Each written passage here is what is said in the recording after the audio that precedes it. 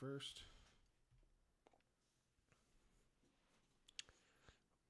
What is up, YouTubers? What's going on, guys? Sorry we're off to a late start this week. Late jump, but Been making some modifications in the studio, some last-minute changes before the show that we thought we might be able to get done, but unfortunately weren't able to. a 50-inch modification to be exact. A 7-foot and a 50-inch modification. As you can see, probably through the YouTube video, we've modified a table here that we are still under construction with. So that is still in process, and there is a 50-inch plasma hanging on the wall here that hopefully will assist us with some notes and keeping track of you guys and making sure the stream is good. Yeah. I'm going to go live here on Facebook. And there it is. We are live on Facebook. What's going on, everybody? What's up, everybody? Sorry for the late start, as we were just filling some people in.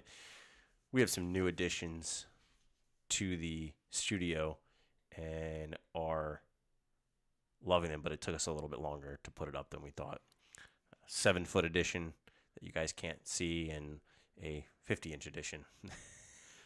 By 7-foot edition, we did not bring in Shaquille O'Neal as a guest this week. No, we added a 7-foot table, did some modifications to it, which is still under construction, and we have a 50-inch plasma TV. Although if we did have Shaq, we probably also would be late because we'd need to figure out a way to fit him in here too. That is very true. All right. Well, what's up, James? First in the room, as always. What's going on, man? All right. So, I don't think we need to delay it anymore. Let's hop right into it. Make sure you dub it down. Let go. What's up, everybody? Today on Birdland BS, it's episode 53. Ravens Pro Bowlers already winning games. The Brigade on a downward spiral. The All-Star debate. And, of course, the 2-minute warning. All that and more. Stay tuned.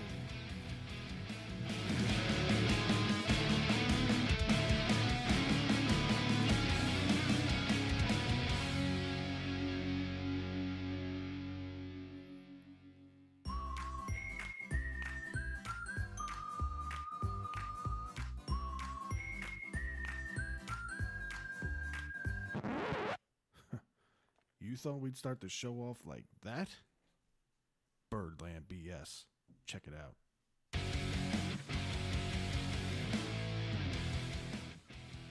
What's going on, everybody? It's Fred and Scott, Birdland BS, episode 53. We got a lot to talk about. This is going to be an action-packed episode. A lot of hot topics, a lot of interesting topics. Things are starting to make waves in the Baltimore sports world. But man, I don't have my drink tonight. I am like parched already. We're 30 seconds into this thing, and I'm already thirsty. It's gonna be a long one, Scott. Neither of us had any beverages to consume tonight. Yeah, I did not make my last minute run to the liquor store, unfortunately. So this is going to be a dry episode. We'll see how that goes for a first. Dry in alcohol, not dry in content. That is for sure. We've got a loaded show for you tonight. As you kind of started off, the Ravens Pro Bowlers. We're going to get into that in a few minutes. Yeah. But there's been a lot of things going on. I think we have to hit this, Fred. The big news. You and I both kind of like saw it like right at the same. You texted me about it, and I was actually in the middle of talking to somebody about it. Yeah. LeSean McCoy. Yeah, now I'm going to start the conversation off with this. Just a disclaimer. This is all accusations as of now at this point. Nothing has been found as of true yet. But if you haven't heard yet, Buffalo Bills running back LeSean McCoy is wrapped up in a domestic violence accusation.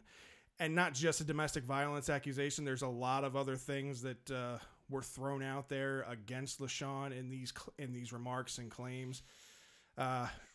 If you're faint at heart, I wouldn't Google search the image. No way.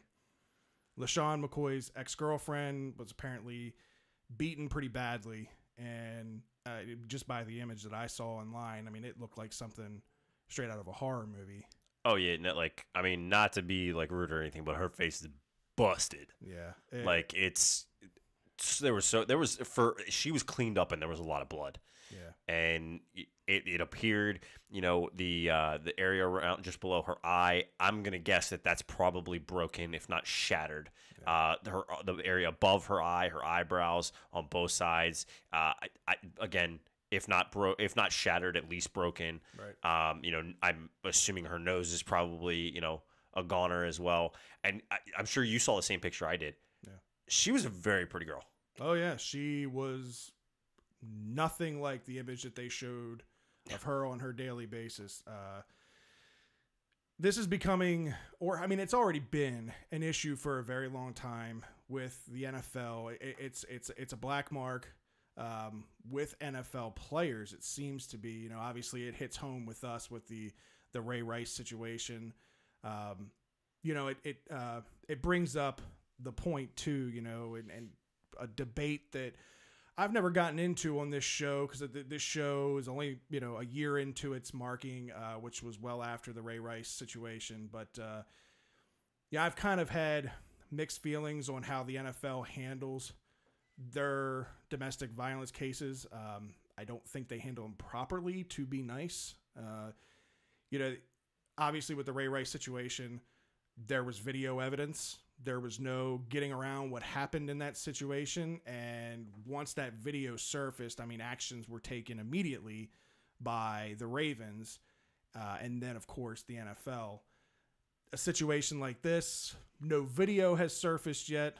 All we've seen are the pictures and the accusations. Now, again, if you haven't heard, just to kind of get in a little bit to the accusations, there have been, this again, claims through LeSean McCoy's ex-girlfriend, claims of domestic violence, claims of beating a dog to the point of kidney failure. It was actually a Twitter piece that was where the allegations are coming from, beating the dog, and the dog wound up having kidney failure from it. Right. The actual, I don't know if you actually saw the Twitter post. I saw it. That's why I can't quote it word for word, because I only read it one time, but I know that there were also accusations of hitting his kid. Yeah, it actually got into detail about a friend of his having to jump in multiple occasions from him, and it was in all caps, abusively and violently going after his son. I think you and I are kind of on the same page. The NFL needs to kind of step up, and if these accusations are true in any way, shape, or form, at some point, the NFL needs to take it seriously, because in my opinion, these guys are public images. If you want my honest opinion on it, there needs to be no gray area with these domestic violence situations. It is a privilege to make the money that they make and play in the NFL. It's a privilege. Oh, yeah. There should be no gray area with this. If somebody is accused and found guilty of domestic violence, I don't think it should be a matter of, when they get a 2-game suspension or they're suspended for a year. No tolerance. If you want to do away with it, threaten their livelihood. Yeah. Look, there's sick people out there, and sick people are going to do sick things, and you're never going to get rid of it completely. But you take somebody from a rough upbringing, you give them a little bit of power, you give them a little bit of money, sometimes things escalate and people take advantage of that type of thing. And if you don't have a clear and written rule that if you are found guilty of some sort of domestic violence, that you will be permanently, in my opinion, banned from the NFL and playing football professionally in the NFL. That's the only way, in my opinion, this changes and there's progress moving forward. Yeah, I think you're hitting the nail on the head, and I'm just going to come out and say it at this point. This is becoming a regular occurrence. Yeah. How many times since Ray Rice have we had domestic violence involved? Now, could some of the accusations across the board be false? 100% somebody looking for money. Unfortunately, there are people in this world that are doing that. We have to. That's why I wanted to make sure I preferenced that in the beginning, that these are just accusations. Exactly. We don't know the facts yet, but either way. But if the facts do come out, and that's what I said, if any of this is true in any way, shape, or form, I 100% agree with you on this. I mean, you have to make an example, not just of LeSean McCoy, but of any player that does this. If you are a public figure and you need to understand that it comes with your job. I'm sorry, it is part of your job. You are a representative of your team. Right? If you have an issue and it goes public, they have every right to fire you right then and there. Yeah. Period. And if there is a federal investigation behind it, I think it's even more reason to do it. Now, I'm going to play devil's advocate because I've heard the argument many a times. Some people come out and say, well, it's not your job to play judge and jury. And fair enough. And that's right. While that investigation's going on, you don't get to play football. You don't get to play football. Yeah, no, I agree with you. You're on a temporary suspension, whether it be a paid suspension or an unpaid, suspension. Because, like you said, there are unfortunately people out there that make these false accusations and things of that nature just to ruin somebody's career, that type of thing. And if it goes on for years, I mean, once charges are brought, I think that's when you have to go on suspension. But until charges are brought, you're fine. That's what I'm going to say, because charges are brought when the accusations are viewed as potentially legitimate. Right. You have legitimate reason to believe at that point. So, for my opinion, I think once charges are brought, you are on a suspension for, there's a term, I can't even think about it right now. But you were basically on a pending suspension that pending the results, if it's a 2-year investigation and a 2-year process, it's 2 years. Yeah, it is what it is. Once charges are brought on you, there was enough evidence for somebody as a district attorney to be able to say, we're going after this guy. I agree. 100%. Look, this is a topic that we could go on all night long about this. Crazy point is we probably would agree on everything. No, we would. And I think you'd be crazy not to agree. I think, the people that out there that argue against that point, I think they may have something a little wrong upstairs themselves. But let's talk a little happier subjects, and we'll get back on this. I mean, when there's more evidence comes forward and there's more, to this story, we'll absolutely get into this in future episodes. But let's shift gears a little bit. Let's talk a little bit about the Ravens and what I'm thinking might be one of the most anticipated training camps in Ravens history, really, for what I can remember. I haven't heard so much excitement from the fans and people on social networks and whatnot. Not even just that, this team. Right. Now, I think it could be a couple of things. One, obviously, the excitement around the offense and the draft and some of the players that they've gotten. Two, I think most of Baltimore is just so sick of the Orioles and the losing ways that they need something that they can hang their hat on. Not everybody out there was a Capitals fan, so not everybody got to ride that wave that we did. But if you're a Baltimore sports fan, you're looking for something to cheer about. So I think that could be part of it as well. But man, I like I said this last week. If they would have done what they've done with training camp this year, which for those who don't know, training camp is now being open to the public again, which in the past, about damn time again. Right. Before their first Super Bowl in the early 2000s and 90s, practices were readily available to the public.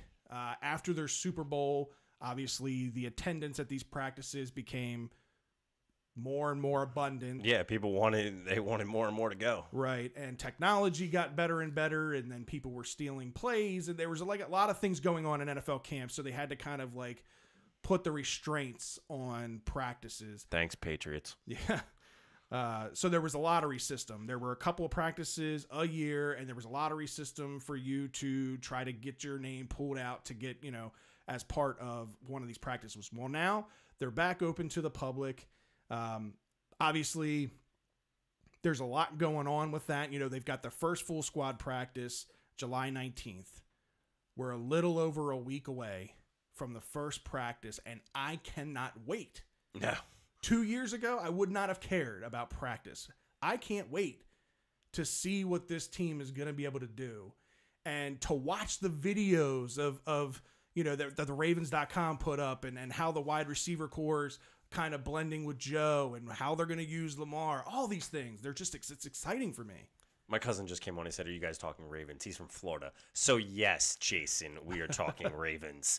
But yeah, no, I mean, I think you hit on it. It's there. But for me, the big thing as far as the excitement of this is grabbing national headlines. Yeah. Lamar situation, the fact, I don't know if you saw, but this week, Todd Heap's comments went national.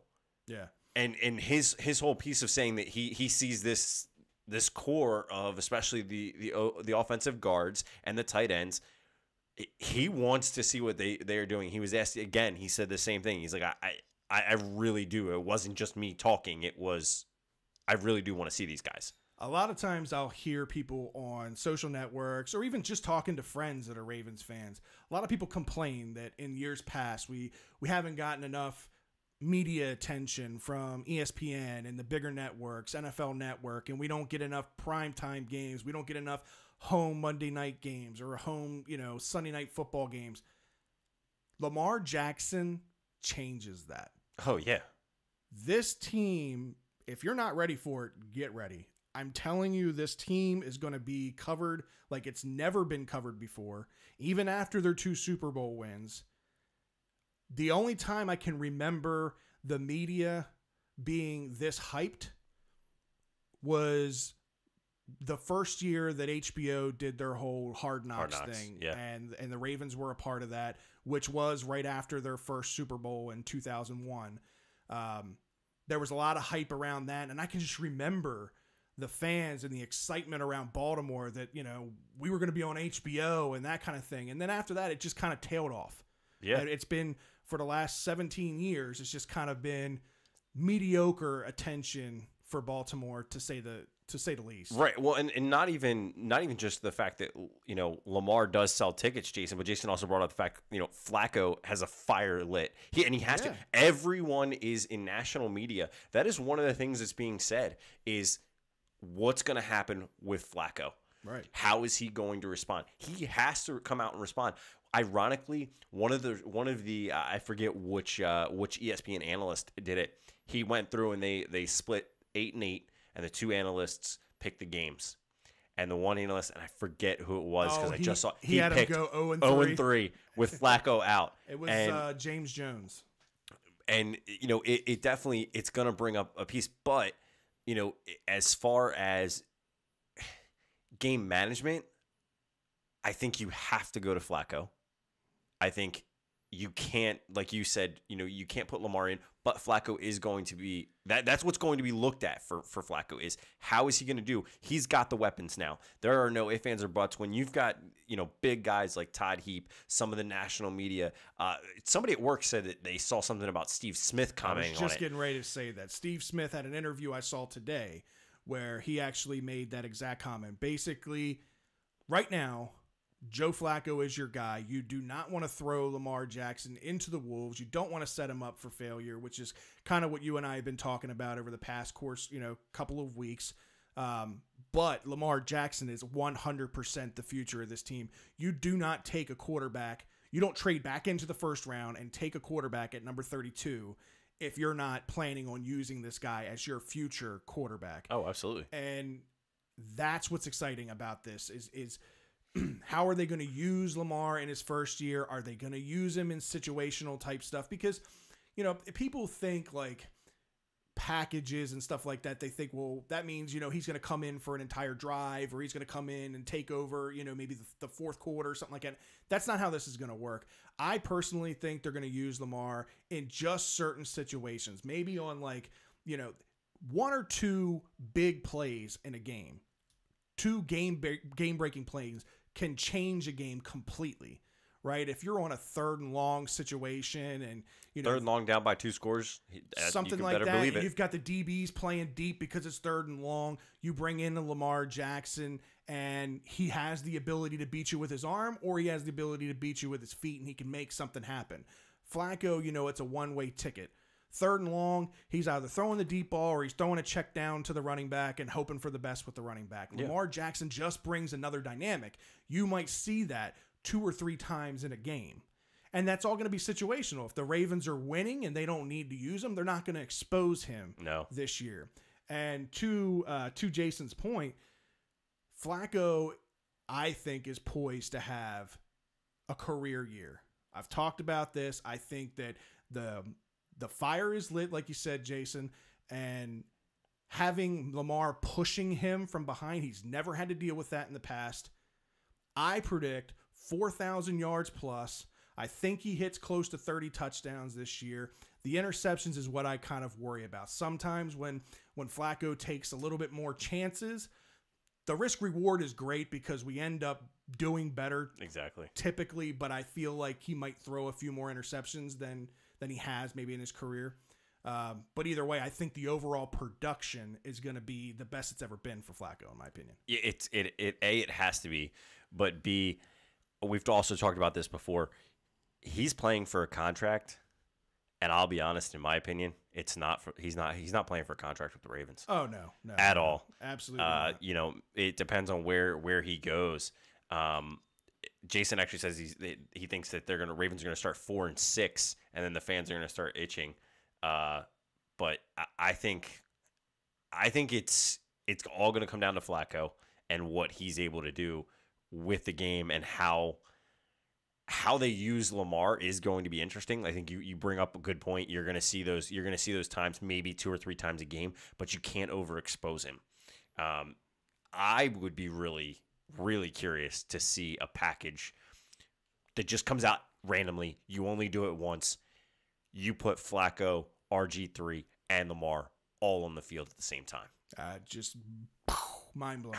If I saw that, I wouldn't even know what to think. Do you know what the DBs are going to be doing? No, exactly what I just did. What the hell do I do? 3 quarterbacks. But so James chimes in and says he thinks the Ravens won't make the playoffs, and John is an awful head coach. All right, so James, I like the passion. Look, I'm not the biggest John Harbaugh fan.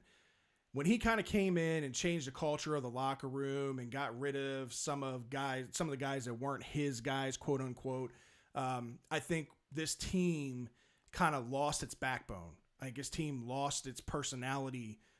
That's one thing that we've been talking about for months now, is that this team just lacks character. It lacks personality. I mean, outside of Terrell Suggs, this team is just dry.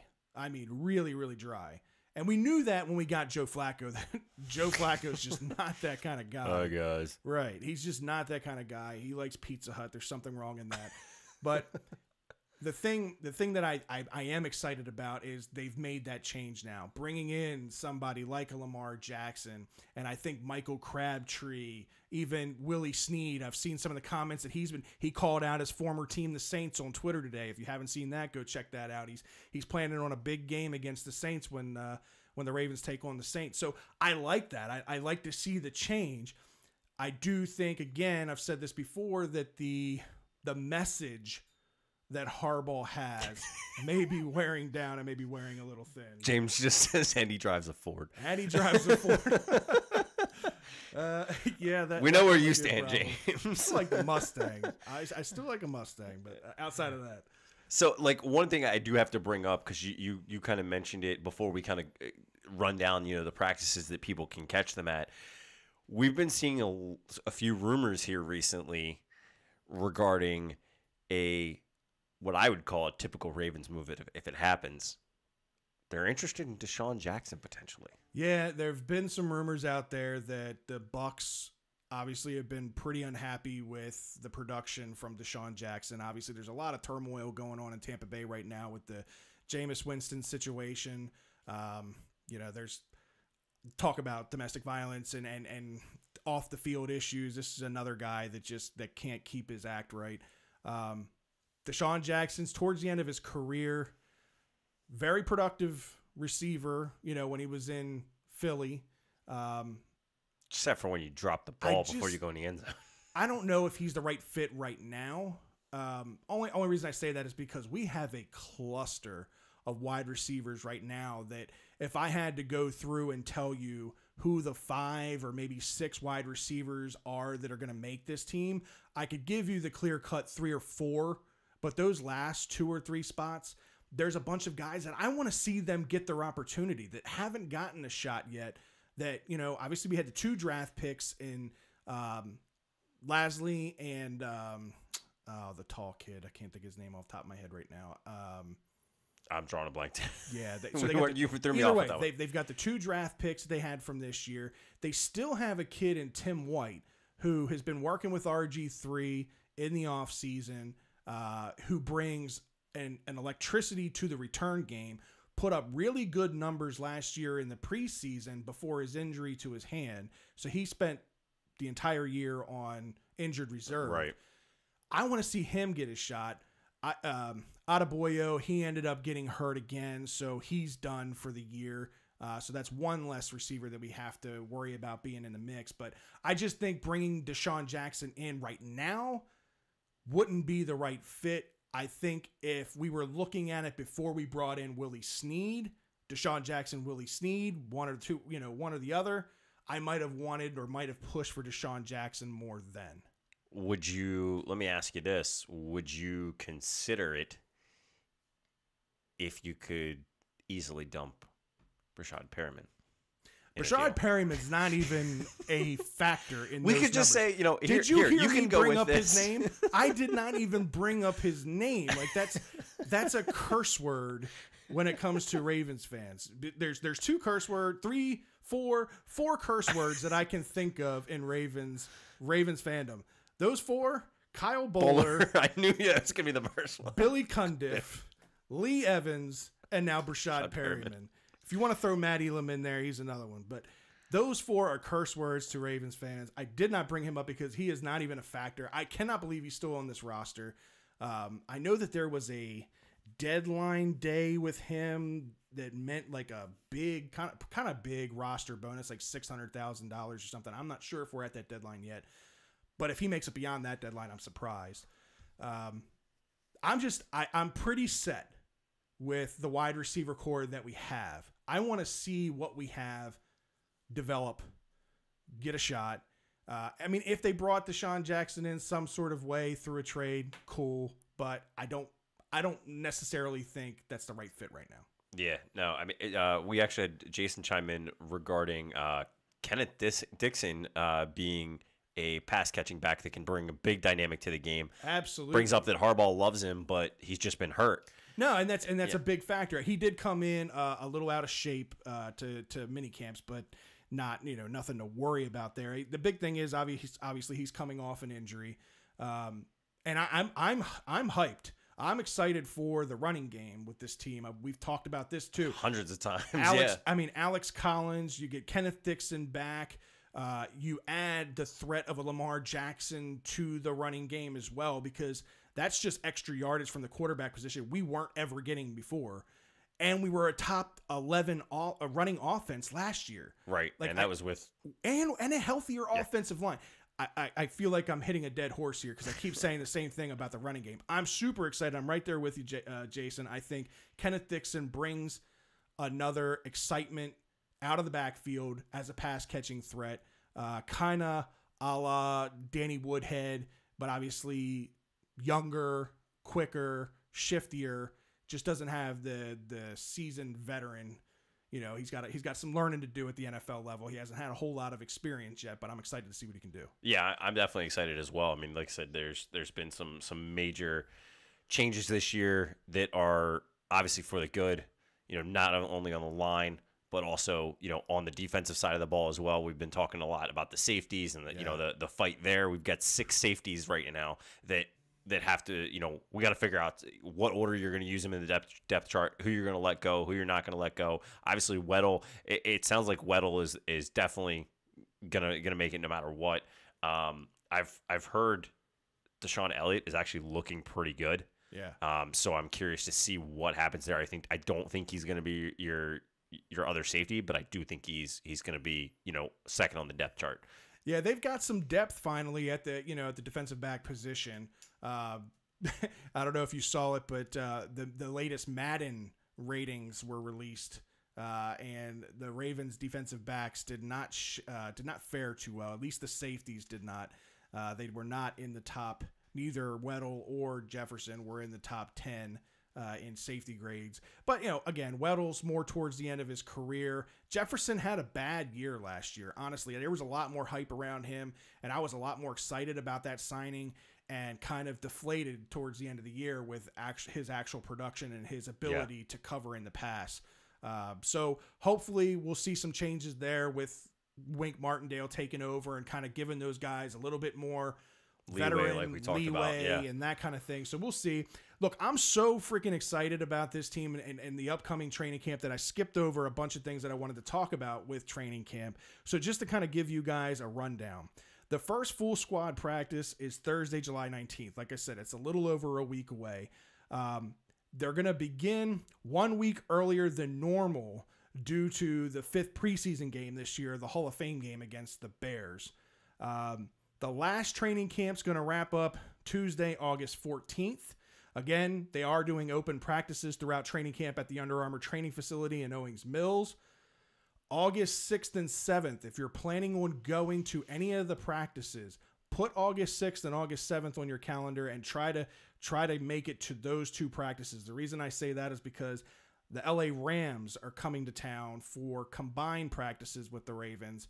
That's a really, really exciting team. That's another team that was already good and made a few big additions, some questionable additions character-wise, but not talent-wise. When you look at, Marcus Peters, Ndamukong Suh, 2 guys that maybe have some locker room issues and maybe have some personality issues, but they're both really good players at their respective positions. So it would be exciting, I think, for fans to get out there and see those joint practices. Saturday, July 21st, for families, if you've got kids, 6 p.m., fireworks that night. That's always fun. They always put on a really good show, and that's the one practice that will be at M&T Bank. So if you are looking for a free practice to go to at M&T, that would be your date. Yeah, no, I definitely think it's going to be fun to see a lot of these things. One thing, you and I talked about it way back when it first came out. I do not like the whole combined practice thing. I think it's a lot of fun. I think it's kind of cool. For fan-wise, I get it, but for team-wise, I don't want somebody being at my practice. You talk about spying, you talk about all this stuff. You don't think the Rams can go back to somebody and go, hey, this is what they were working on. Oh, no. You're going to be pulling it back. I get that. But at the same time, you do it is a practice. You do have to work on these things. I get that. But, I mean, that's why they're doing, the couple joint practices that they've done. They did it with the 49ers. You're talking about an AFC North team partnering with an NFC West division team. So not in the same conference, not in the same division. Really, you're only going to see them if you've got the one matchup a year against them or if you see them in the Super Bowl. Right. So, yeah, I mean, I understand what you're saying. That, I mean, there's the possibility of trade secrets and that kind of thing. And, well, I'll dig for this information if you do this for me. I get that. But I personally, as a fan, it's just like going to your old high school scrimmage games before, the season would start. And you're playing against your rival in a scrimmage game. Those practices, they get down and dirty because they've been beating up on each other for weeks after weeks. They're looking to go after somebody else. So when they get together, it's a lot of fun. That's another reason, though, because then you increase the likelihood of injuries. Yeah, no, that's true. That's another thing that's not good. Crabtree and Talib love each other from James. Oh, yeah, that'll be a lot of fun. I hope Crabtree's not wearing a necklace that day because it won't last. No, and Jason says at least they're in the NFC. One thing to throw out there for everybody as you're listening, definitely be sure to be sharing, everything that we're doing. We're continuing to we grow. appreciate that, guys. We appreciate you guys watching. We love doing this, back and forth with you guys, especially on YouTube and Twitter and Facebook as well. So please definitely make sure to share with your friends, like it and comment on things. Tell us what you want to hear us talk about, and it definitely will be something that we continue to do in the future. 2 Chainz, always giving each other jewelry. I like it. But in other news, so there have been quite a few former Ravens, that have been pretty active lately. For those who haven't seen, the AFFL, so that's the American Flag Football League. We'll just say that they're trying to promote this league. They're trying to grow this league. Some former NFL players have been joining in. Big names. I've watched some of the games. It's pretty fun to watch. I haven't seen it in person yet or anything like that, but kind of cool to see some old people out there. But there are a bunch of old Ravens involved in this league, and I'll just go down the list. Obviously, Jacoby Jones, Pro Bowler, which if you're anything like me, one of the things I always look forward to with Jacoby was his touchdown celebrations. This guy, you talk about a dancer and an entertainer and that kind of thing. He was always funny and always fun to watch. Scored a touchdown in his first game, and he didn't disappoint with the touchdown celebration. Look that up if you get to see it. It's a funny video. Another Pro Bowler, former Raven, Justin Forsett. Good to see him out there and still active. He looks like he could still play in the NFL the way he's running around. Another former Pro Bowler, by the way. Former running back Lorenzo Taliaferro. Former corner and former Terp Josh Wilson. Former safety, James Ahedebo. Charles James. Now, he wasn't with the Ravens very long, but if you're a fan of, I mentioned earlier, Hard Knocks, you'll remember Charles James. He was a guy who had the good sock game for the Houston Texans.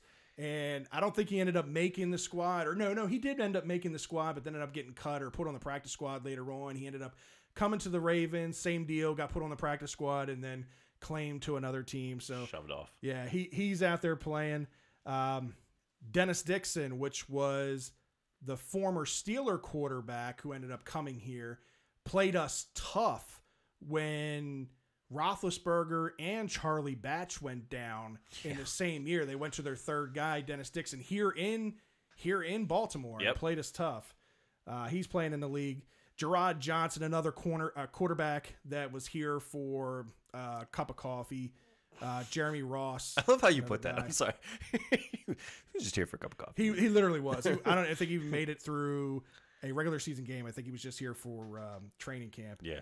Former corner Brandon Boykin, another former running back Bernard Pierce, and journeyman quarterback, somebody that I was actually high on in high school. I saw this guy's high school tapes and thought, man, this guy's going to breeze his way through college and have a huge NFL career. Jimmy Clausen. Wow, was I wrong there?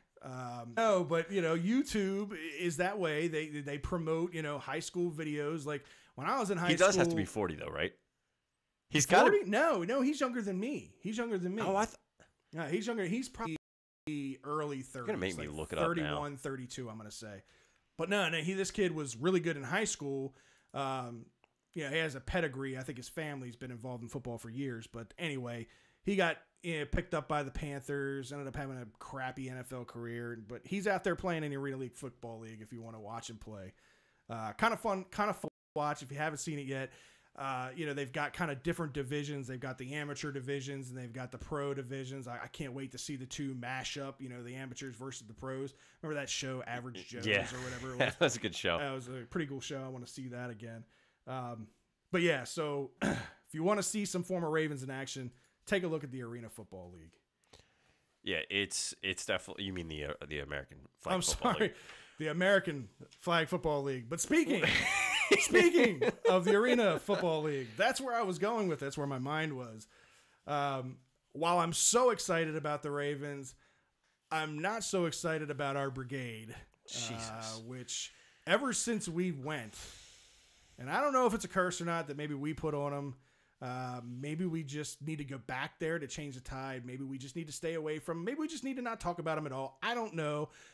But the Brigade lost their third game since we've been there. and they lost to the Washington Valor. Just so y'all know, the Valor are the worst in the league. They were 1-10 going into that game. Yeah, lost that game 42-35. One possession game. Yeah, in arena football. Finished the season. I mean, we were 7-2, 7-2, and we were hyped about going and watching this team. They've lost 3 now. They're 7-5 to finish off the regular season. The Empire take the crown for first place for the first seed in the playoffs at 8-4. But it really doesn't matter. It's a 4-team league. All 4 teams get a chance to go into this thing.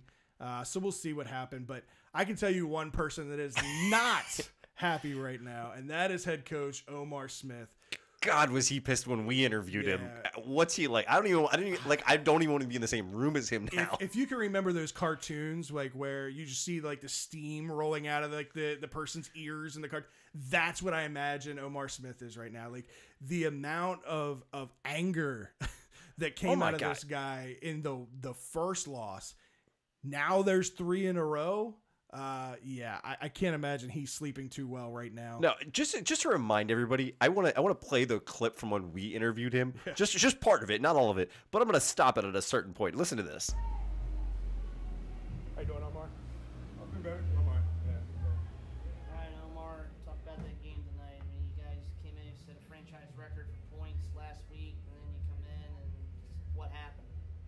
We weren't mentally prepared for a physical ball game. Too many mental mistakes. Starts with me. I got to get it corrected. We got a tough road game next week. Wait for the F-bomb drop. Division right now, and you got to play Philly next week. And Philly's kind of nipping at your heels, along with Albany, for titles or for first place. So you got to be ready for them. We got to go try to win a ball game. That's right. You heard him say fucking football game. Yeah, he wanted to say it, but he stopped himself. Honestly, the audio clip doesn't do it justice. If here I am. I'm 6'4". I'm like 275. I'm this big guy. He is not very big. He's my size. He's in great shape. But I was nervous standing in front of this guy. Like, holy cow, am I gonna get punched if I ask this guy the wrong thing? I'm 5'10", and he's my height, and you were scared of me, like a guy my size. Yeah, I'm telling you, so I can only imagine here after the third loss how they're doing. But playoffs start July 14th. The Brigade are going to be playing the Soul in Philadelphia at 6 p.m. And then they'll be at home on 7/20 at 7 p.m. So you want to explain how this whole playoff thing works? It's kind of bizarre. It's totally different than anything I've ever heard of a playoff bracket. So go ahead. I don't know who thought of this, who thought it would be a great idea to do it this way, but here's how it works. So they play one game at the away, one game at home. If you split the games, one team wins each game. It is then based on aggregate score. So total points scored. Total points scored between the two games. And then if it's a tie, then it goes to an overtime. Yeah, it's the most bizarre thing I've ever heard. I mean, if there's actually an overtime, that means that they're extending the football game. They're giving, it's not like they're protecting the players. They don't want them to play more football because football is a much more physically demanding sport, obviously, than anything else. Basketball or baseball or anything like that. That's why the NFL and football playoffs are one-game series. You don't see a best-of-7 series. That just wouldn't happen in football. It's too many games. But if you've already made it 2, I just don't understand this whole stupid.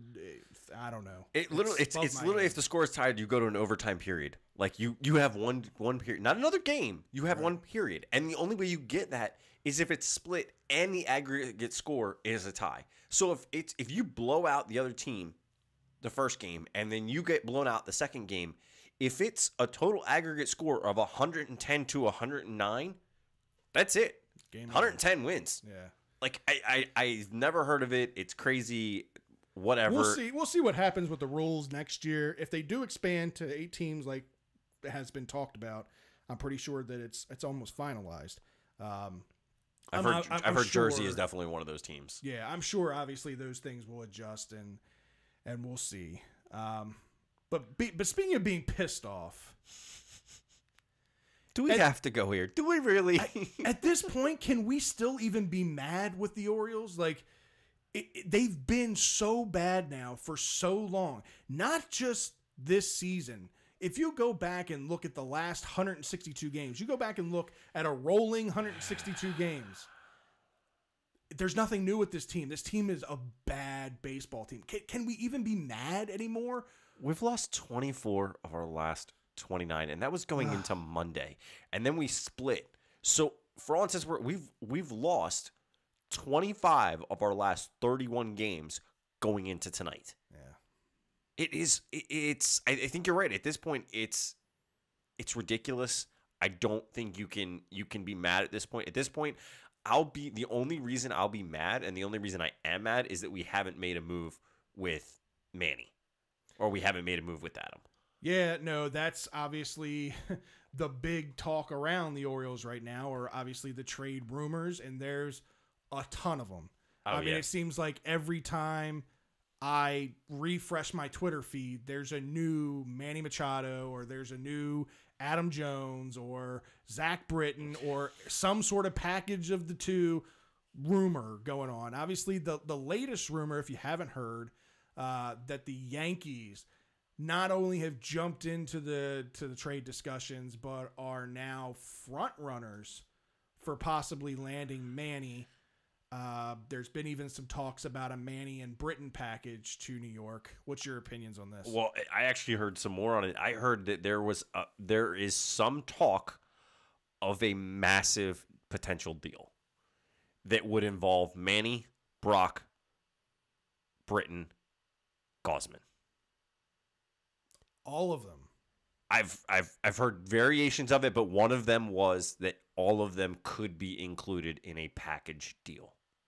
See, I've heard all those names, but I've heard of like 1 and 1 or 1 and packages yeah, exactly. with them, but not one package packaging them all. Well, to me, it would be quite interesting. I mean, what are you going to do? You bring on Brock. What are you going to do with Dylan Betances? You bring on Britton, Chapman. Yeah. Gausman. What do you if you take Gausman? You just had the news out of New York this morning. They took Masahiro Tanaka off the DL, and he's now reactivated.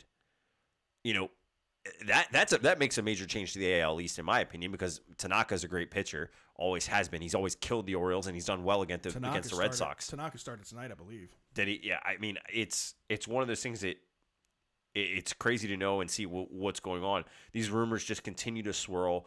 I mean, I've seen Dodgers again, coming up. The one thing I'm actually surprised, Yasiel Puig went down today, or I guess we got put on the DL yesterday or today. Are they looking for a potential package deal? Manny and Adam. I don't know, but you'd have to give up a lot. If you need it, there have been some talks. There have been some talks with Adam Jones, and the other night after the game, Gary Thorne had an interview with Adam Jones, and Adam Jones kind of, in a way, I'll let you listen. You give me your opinion on it. Your name obviously is in that mix, Manny. He gets most of the attention regarding it, but the trade thing, what do you think? I've never been in this position, so everything that is well, nothing's happened yet. I mean, not even any conversations about anything, so I have no idea about any direction the Orioles are seeing with myself or with Machado or with Britton or with Brock. So I take it one day at a time, I guess, and just see whatever happens. But they can't do nothing without my permission, and I'd have to talk to my wife about everything. So we shall see. All I know is right now until July 31st, I'm gonna be an Oriole, and hopefully finish it out here. Does that cause a lot of looking over your shoulder every day, thinking about what's going to happen now? Well, I think what it does is that all the scenarios that you've fathomed for other people, now you kind of like throw your name in there. You know, you look around at teams that could use outfielders, look at teams that could use veteran players, teams that could use a shortstop or third baseman, Manny, and you're like, oh, well, he could fit there, and obviously you do it in previous years. Well, when you see the trades happen, oh, that's a good fit. So now you just put your name into that equation, and you see the possibilities of what could happen, and what can happen, and you just roll with it. But I don't know. All right, I'll ask you one last tough one. Somebody comes, chance to win a World Series, they want you. Would you be willing to consider saying, okay, I'll let the trade go through? I think the best scenario is what the Yankees did with Chapman. Trade him away, got great pieces, and then re-signed him. And he won a World Series, and then they re-signed him. So. Did you catch that? Oh, I caught it. Yeah. So I had mentioned last week that I thought the perfect scenario would be, and in my opinion, I think the Orioles owe it to Adam, would be to give Adam a fair shot at a World Series. The guy obviously has made his home here. I know his heart and everything is in San Diego because that's where he grew up. That's where he's from. But he's made a home here. This has been his home for the last, 10 years or 11 years, however long it's been. Might even be longer than that now. Yeah. He wouldn't have said something like that if there wasn't something to it. Give him that shot to go out and get one more shot at winning a World Series. And hell, if you can pick up some good prospects in the meantime by doing that, what do you have to lose? That's a win-win situation. You are not going anywhere this season. There is no positive to come from this season. The only positives that can come from this season are the acquisitions that we make with these trades. And if these trades are done the right way, there's been a lot of talks with the Yankees going on lately. And a lot of fans, there's a lot of backlash. Oh, you don't want to trade within the division. You don't want to give Manny to the Yankees. I've got news for you. In a couple of months, Manny can sign with whoever the hell he wants to regardless. Yeah.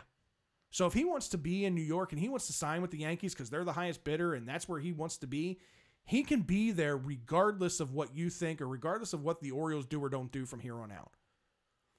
If the Yankees are going to blow you away with an offer for a rental to have Manny for the next couple of months to finish out their season and make a World Series run, you make that trade without question. Yeah, you have to. And I don't understand the narrative that, you don't like to trade within the division, yada, yada, yada.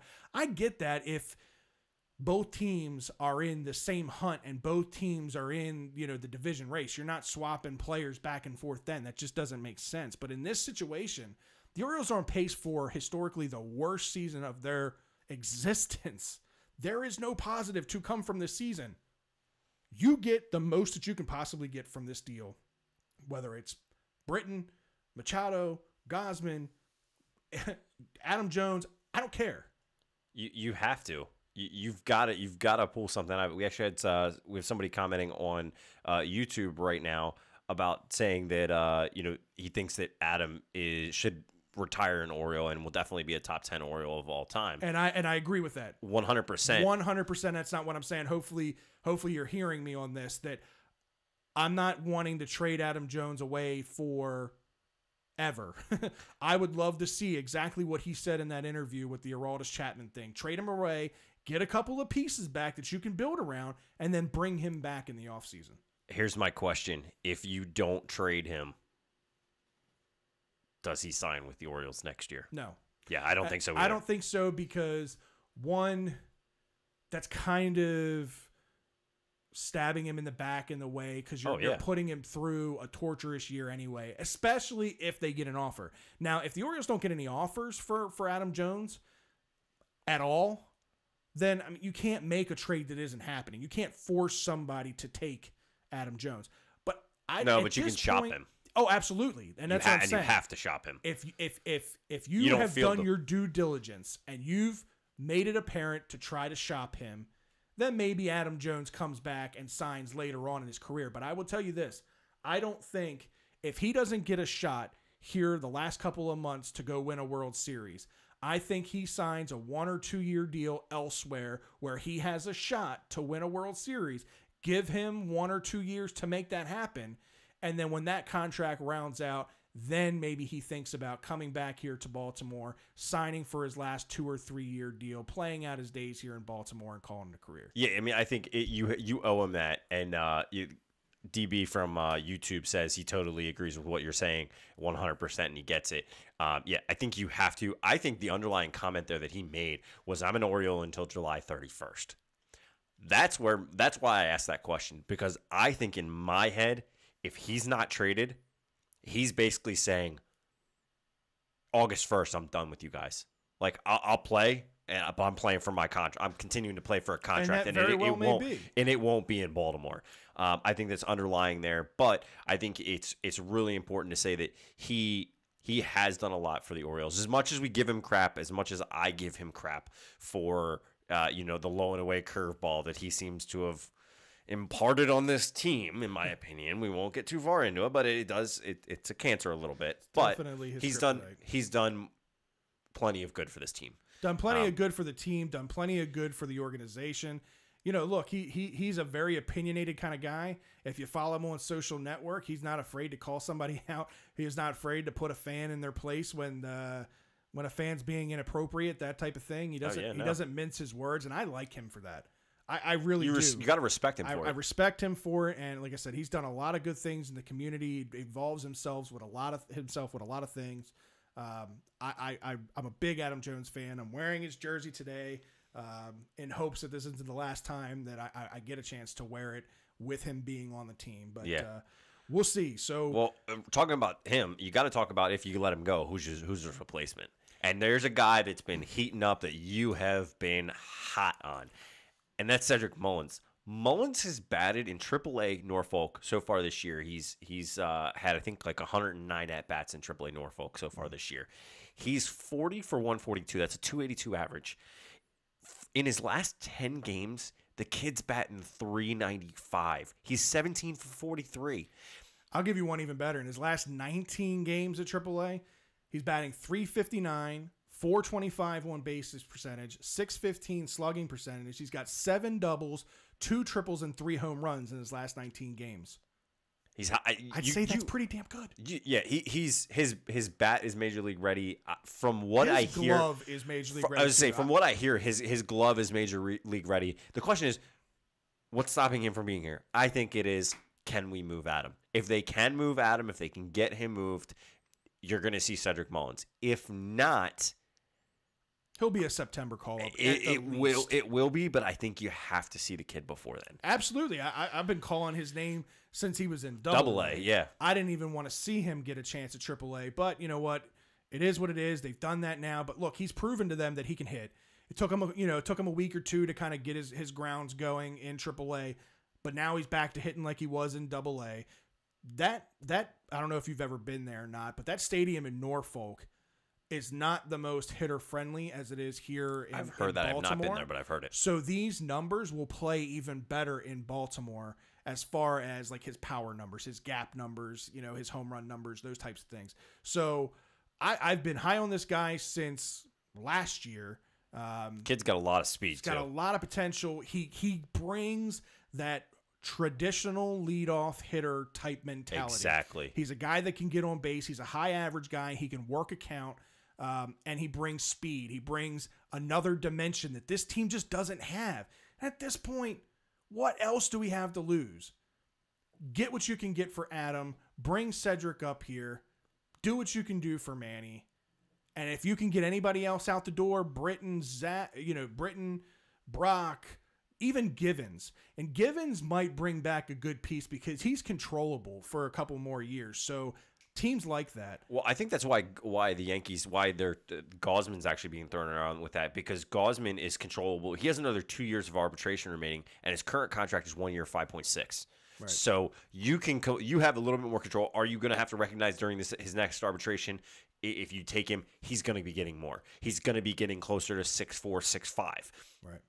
If he continues the following year, you're going to have to recognize the following year you're probably looking at 7 or 8. depending on what kind of year he has, if he has another, increasingly good year. But I think overall, you just have to look at the fact that these guys are ready. There is no scenario that these guys are not up before September, in my opinion. No, there's no way. And at this point, they need to bring them up now. But that's, again, we could beat that horse till it's dead. We got to hit on the fact that we talked about Manny, but he's the only Oriole that will be a representative to the All-Star game as of right now. And that's all fine and dandy, and good on Manny. Manny's had a great year this year. He deserves it. But I think a guy that I'm a little bit more excited about making his first All-Star appearance, number 21 himself, 22 now in Atlanta, Nick Markakis. Cakes, selected to his first All-Star game. 1,928 career games before his first All-Star selection. That's the most games ever played in Major League Baseball history before making your first All-Star game. Congratulations to Nick. I couldn't be happier for this guy. This is a guy I was super depressed about. When they traded him away, I was devastated by it. I mean, I understood it to a degree when they tried to explain it, but he was him and Adam Jones, 21-10, if you remember that promotion. Like that, they were the heart and soul of this team. DB on YouTube says finally. He was a silent leader in that clubhouse. He wasn't real big with the media. He wasn't real vocal. He's still not. But he's kind of like that father that like picks and chooses his battles wisely. Like he doesn't get all up in arms over the little things, but when he needs to lay the pipe down, he lays the pipe down, and people know to take him serious. Oh yeah, and that's kind of how he leads in a clubhouse. And this team's lacked that since he's left, and never been able to replace that. DB actually brings up a good point. He had the most hits in MLB history without an All-Star game appearance. Yeah. So he definitely. We all in Baltimore, I think. Almost every Baltimore fan could agree or should agree. This is well deserved, and in my opinion, well overdue. Absolutely. And Nick Markakis is one of the most consistent hitters in all of baseball across a 10-year span. I mean, the guy is the only one that you could probably say is more consistent is Ichiro.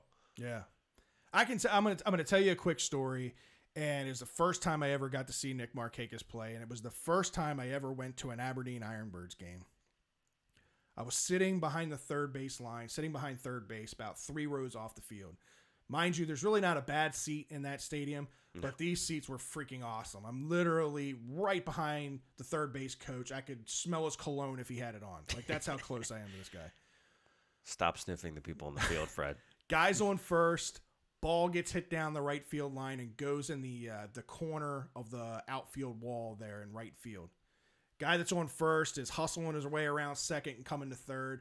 Markakis picks this ball up in the corner of right field and throws a dart. I mean a dart. No hops. Hits the third baseman in his chest. Tag goes down, and I had this guy by a mile. Still to this day, the best throw I've ever seen at any level. And this was at the low A level when Markakis had just gotten drafted by the Orioles. I can remember it like it was yesterday, and it's a memory that I'll always have. He was just the epitome, and still is the epitome, of the true workman. This guy always hustles. You never question effort when it came to Markakis. He's had multiple years in the past where he deserved to be an all-star and was a snub. And that's something we'll get into here in a couple of minutes as well, is the all-star selection process and some snubbing. But I want you guys to hear what Nick Markakis had to say with his first selection. Nick, there's that expression that things happen at the right time. After all those years in Baltimore where many people thought that you deserved a nod before, is this the right time, even though you had to wait so long? You know, it is what it is. You know, whether it came, you know, my first year or this late in my career, it's, you know, going to be an exciting time. You know, it's something I've never experienced. You know, I got Freddie to lean a shoulder on there, so, you know, I'll just have fun with it, roll with it. It's going to be a good experience, and, you know, I'm looking forward to it. Does it add something that it's in D.C.? What's that? Does it add something that it's in D.C.? Yeah, it's nice and close to home, you know, especially, you know, us being there after the break, too. So it's going to be, you know, a nice little, no, not vacation, but, you know, it's going to be nice to be home for a week, be able to go back and forth, and, you know, have friends and family there, so it'll be nice. Nick, throughout this year, you've waited a long time for this moment. Is there something in particular you're looking forward to? You know, just being out there with, you know, the best baseball players in the world. You know, I had the chance to go to the Olympics in '04 and, you know, to be around the best athletes in the world. It was an awesome experience, and, you know, you're going to be playing with guys that you go out there and try to beat on a daily basis, so it's going to be nice to be able to, you know, socialize with those guys, be around them, and, you know, just hang out for a couple days. So he's excited. Now you can never hear as excited as Mark Marquez. That's my point. He's so middle ground, never too high, never too low, picks his battles when he needs to. But that's Nick Markakis excited. I think the only time I've ever really seen Markakis smile, and I don't know if you've ever seen this video clip or if you were even there for the game. Oh, I was there. At the end, when they won the division and they're all in the field, he's got his celebrating. hands on his hip, just looking up at the. Well, he's not smiling. He's just Nick Markakis, the normal Nick Markakis that we see. But then Ryan Wagner comes over the PA address and announces the Orioles are the 2014 AL East champions. And as soon as you see this smile that I've never seen out of Nick Markakis, still one of the it gives me chills like thinking about it. I'm just so happy for this guy that he finally gets it. Not only gets selected, but selected as a starter. I think it's a really, really cool situation. Yeah, no, I definitely think it's great. DB again chiming in on YouTube says when Nick retires, he has a place right at the top of the Orioles Hall of Fame. 100% agree. 100% be an Oriole Hall of Famer for sure. So I think we have to get in. You brought up the snubbing. Yeah. Blake Snell snubbed, yet he leads the AL in ERA. Yeah, so this guy for the Tampa Bay Rays, he's 12-4 for the Tampa Bay Rays. Let me say that again. For the Tampa Bay Rays, he's 12-4. He's got a 2.04 ERA. He leads the AL in ERA. He's tied for wins in the AL by a starting pitcher. Yet he doesn't make the All-Star game. There's something wrong with the All-Star selection process. This isn't new. This has been for years now, and it's always been wrong, and it's always been something that kind of rubs me the wrong way. I've never been a fan of the whole every team has to have representation in the All-Star game. Like, for instance, obviously the Orioles are having an awful year this year. Manny, justifiably so, made the All-Star game because he was one of the best hitting shortstops in the game. Maybe defensively he wasn't very good, but you can justify a Manny Machado making it. J.A. Happ from Toronto made the All-Star game this year. He's over a 4-run ERA. But a guy like Snell for Tampa with a 2.09 ERA and 12 wins doesn't make it. There's something wrong with this, and the NBA figured it out a few years back. Something needs to be fixed. Yeah, I mean, we've talked about before what do we look at, what stat are you looking at? And you bring up the 12-4, and we said before, the wins don't mean a lot. 2.04 ERA is pretty good. He's also got his career is 1.3 WHIP. This year he's throwing a 1.026 whip. Yeah, I know. That's what I'm saying. Across the board, this guy is dominating the AL. 5.8 hits per 9 innings. Look, the long and short of it is the system is broken. It's a popularity contest, and that needs to change. Bryce Harper made the National League All-Star team as a starter. He's not batting over 220. James says they need more fans in Tampa for people to vote. No, I know, and that's right to my point, James, is that it shouldn't be about popularity. It shouldn't be about the fans' votes in Tampa. I understand that the fans need to be involved in the voting process. I get that because it's part of baseball. It makes it fun. Passing out the ballots and filling them out, to some people, that's kind of fun. But let me spin it to you this way, okay? This is their job. As a Major League Baseball player, this is your job, right? Everything that you do on that baseball field is either adding to or deterring your resume, what gets you paid. Yeah.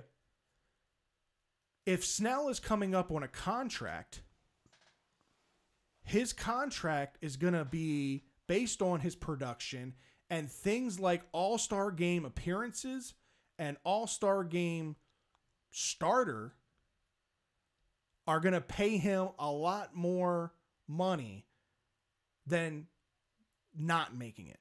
You understand what I'm saying? Yeah, no. You are, for me, I'm in a sales-driven business, right? Let's just use my office, for example. Let's say I'm an insurance agent. So let's say I sold the most policies in my office for the month of July. You're an employee there, and you sell 10 policies less than me.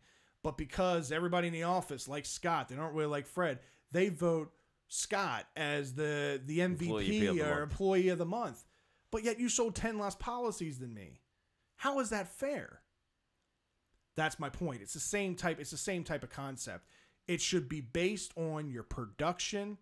And if Tampa Bay has a bad record, but yet they have 2 or 3 guys that are deserving to be on that All-Star team, I don't care about their record. They've got 2 or 3 guys that are putting up the numbers that they should be putting up. They deserve just as much shot at making that team, not somebody like Bryce Harper, who's got beautiful hair and who's marketable and everybody knows his name. That's why he's on that roster, because it's easy. It's easy to look at your ballot when you're not a Nationals fan. If you're a Giants fan, you're out in San Francisco. It's the name you recognize. It's the name you recognize. So you punch it out, and now Bryce Harper's getting a vote, batting less than 220. Yeah, James brings up the point. We need to have the players and coaches, not the fans, to vote for these players. I think I agree, but I just think the percentages need to shift. I think that the fans have too much of the vote. You can't eliminate the fans altogether. Like I said, it's just part of the process. But I think the percentages of what matters needs to switch. I think that maybe there should even be a committee. Maybe a committee of retired players that vote based on stats, based on production, right? You have that committee that votes. Then you've got your coaches, and you've got the players, and then you've got the fans. All of that stuff factors in, but maybe the committee plays the heavier part of the vote because maybe there's unbiased, opinions and that kind of thing, and they're based on production, not just marketability. Here's what my piece is. Yes, the process has to change, but you know what it's got to go to? Let's catch up with the day and age. It's got to go to computers. Look, the fans, yes, have to have a vote. Oh, you it's cannot still on computers. I mean, they still do it on computers. You go online. I'm not talking about that. What I'm talking about is the stats go into a computer. Right. No committee, because you know what? There's going to be controversy, and this person was talking with this person and this part. No. Just like the baseball writers, the baseball writers voting on the Hall of Fame, I get it, but it's annoying to an extent, because I'm sorry, Ken Griffey, I love him. I don't care what anybody says. That should have been 100% vote, 100%, No ifs, ands, or buts. If you're not putting Griffey on that ballot, you don't deserve to be doing it. Shut up. You don't understand baseball. Walk away. Right. When it comes to this, the fans do need to have a vote. You have to give the fans that ability to vote. So here's what you do. You give the fans to vote, and whoever the fans vote for in each position are guaranteed to be on the team, period. But the stats are what's there. So the stats choose. If the person that's voted happens to be the top leader in stats, guess what? They are the starter. But the starter is the top person in the statistics when it comes to the players in the field. It's going to be the guy who is most productive with his bat in X amount of games. You have to have a qualifier in there. Just like rookie, for rookie of the year, you can't have a guy come halfway in through the year and get named rookie of the year. There's a reason for it. You have to have the quantifier. You have to have the quantifier of, okay, you have to have played in X amount of games. I agree with In that. pitchers, you have to have pitched in X amount of games. Yep. And then you go from there. You could have the coaches and all that do that. I get it. I agree. But I do think that we have to go a route of saying there has to be, the statistics have to be involved. I think that's kind of your point. But you have to take human error completely out of this. And I'm good with that. And like I said, I just think something needs to change. And if that's going to the computers and analytics, I mean, analytics are a huge part of the game. Billy Beane and his whole thing with building a team based off of analytics, like that has changed Major League Baseball. And if you're going to involve it with everything else, with the shift and everything else that's going on in baseball, you might as well bring it in as part of maybe the all-star selection process. So I'm all for that. You have to. Now let's do a quick rundown. We're talking about the snubs. We do have to talk about the starters and these guys who were elected. So let's just do a quick rundown in the National League. Your starting catcher, Wilson Contreras. First baseman, Freddie Freeman. Second baseman, Javier Baez. Third baseman, Nolan Arenado. Shortstop, Brandon Crawford. Outfielders, Nick Markakis, Matt Kemp, and Bryce Harper. Those are your starters. Your reserves, Buster Posey, who we found out Yadier Molina will be taking his spot this year as Posey is having back problems. You also have JT Realmuto, I think is how you actually say it, for the Marlins.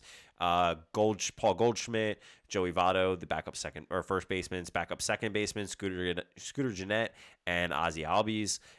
Eugenio Suarez is the backup third baseman. Trevor Story, the backup shortstop. The backup outfielders, Charlie Blackmon, Lorenzo Cain, Christian Yelich.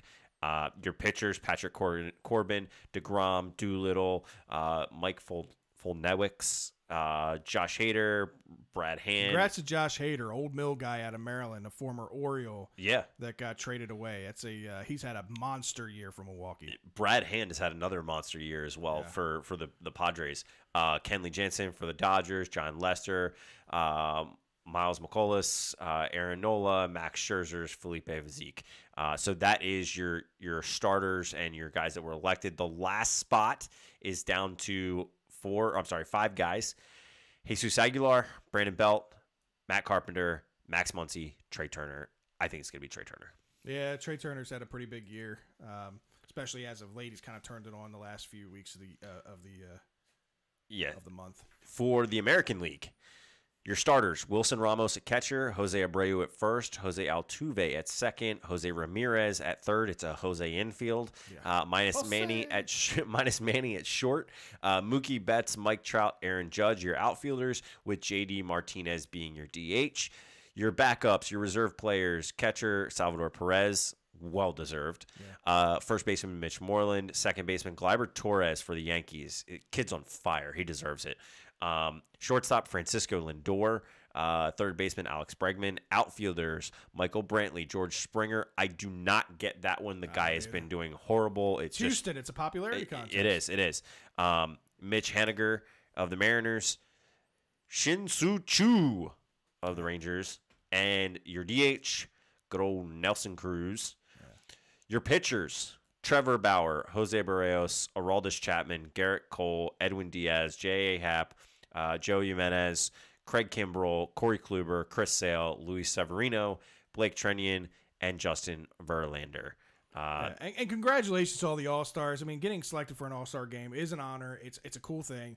But like I said, there were a handful of names in there that absolutely do not deserve to make this team just based on statistics. Well, one more. We have the last spot, right?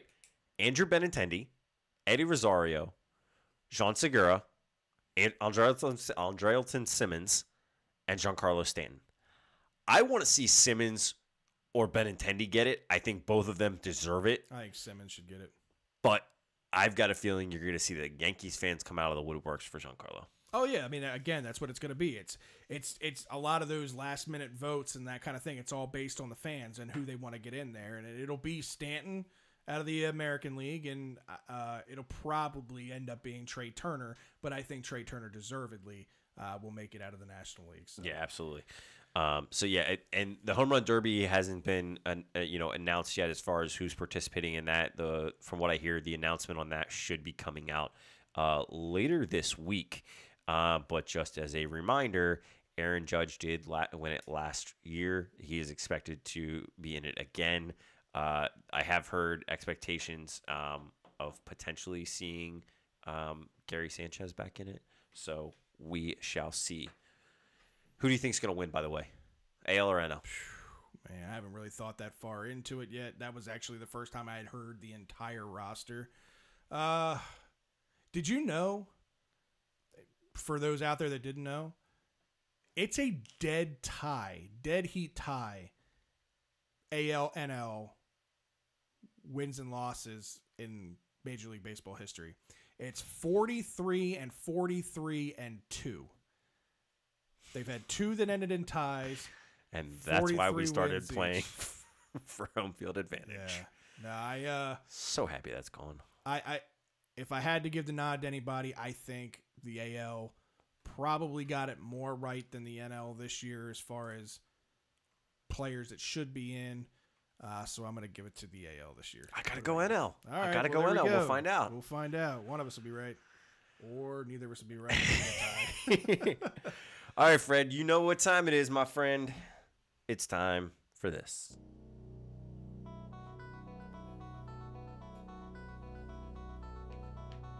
don't know how prepared I am for this week.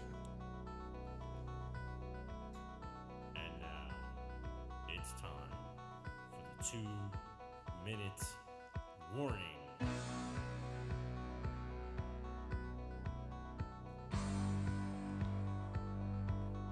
All right, Fred. It is your turn this week for the 2-minute warning. I'm going to have to drag this one out. Not a whole lot of topics this week, so let's see what happens here. Anybody chime in with anything for Fred? Hurry. All right, Fred. It's your turn for the 2-minute warning, and your time starts right meow. All right, so Joey Chestnut beats the world record yet again by eating 74 hot dogs. Just keeps beating himself. To win the Nathan's hot dog eating contest. From one fat guy to another skinny guy who eats like a fat guy. Bravo, my friend. Bravo. 74 hot dogs. Surprise, surprise. LeBron's a Laker. As is Lance Stevenson. As is JaVale McGee. And as is Rajon Rondo. How was like that? How did that one come about? I have no idea, but if that isn't a cast of misfit characters to build around LeBron, I don't know what is. What is going on in LA Magic? I'm hoping this is just kind of a Band-Aid to get into next year to sign Kawhi. I don't know. Publicity see. stunt. The rich only get richer. Boogie Cousins signed a deal with the Golden State Warriors. As if this team needed any more stars on their roster. They got them. I honestly, I don't see myself watching too much NBA basketball this year. Just because it's you might as well just turn it on when the playoffs hit. It's a given. We all know who's going to win it. In related news to why I won't be watching much NBA basketball this season, the Wizards traded center Marcin Gortat to the Clippers for a second-round draft pick. And then they went out and signed free agent forward Jeff Green and center Dwight Howard. I may have been excited about this 10 years ago. Today, for some reason, this just doesn't do it for me. It's not cutting it. Giants defensive lineman A.J. Francis is furious with the TSA. Apparently, while going through a security checkpoint in an airport, his luggage was searched, which was carrying an urn with the ashes of his late mother. Well, let's just say they didn't do a very good job of resealing the urn, and his mother's ashes went all over his clothes. Look, She's with him forever, wherever he goes. I don't know how I look. I'm pretty good at maintaining like composure. I would have lost my marbles if that would have happened to me in an airport. I mean, I would have gone bonkers on. You would have had to tie me down, take me out on a gurney. I mean, if that happened like with my mother's ashes or my father's ashes, or boom, I would have blown my load. Wow, that sounded awful. That sounded terrible. And that was on Facebook Live. I can't go back and edit that one out. That was awful. too perfect. Everybody light him up for it. Awful. Light him up for it. That was terrible. What is? I have to ask you. What is it with you? Every time you get the 2-minute warning, you want to end on this weird and sad and like horrific note of this crazy scenario that's apparently there's some kind of morbid thing with me. I have no idea, but yeah, you have right. Justin in tears right now. By the way. Oh, man. Well, in other news, I want to let you guys know we are putting together a Birdland BS Fantasy Football League. Few of you already out there kind of know about this and are already in the league. But this will give you guys a chance to play against us and what should be a lot of fun. It'll be something that we keep up with as the season goes on. We'll talk about it on the show.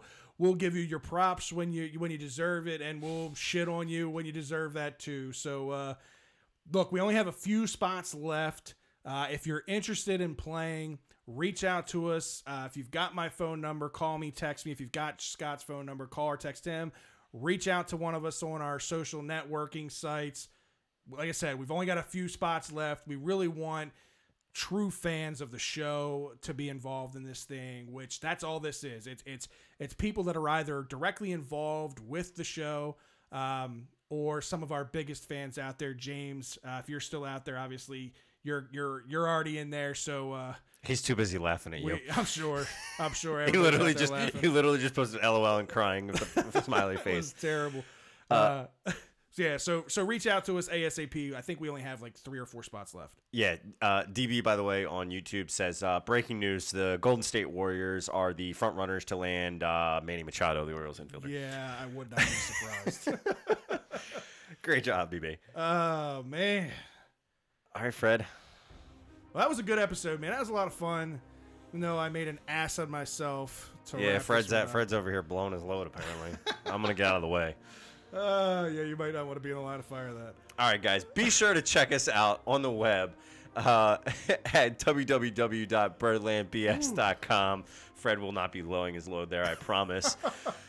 Follow us on all of our social network sites. You are not. Twitter at BirdlandBS, Facebook, Instagram, YouTube. Be sure to comment, reach out to us, like, follow, subscribe, all that stuff.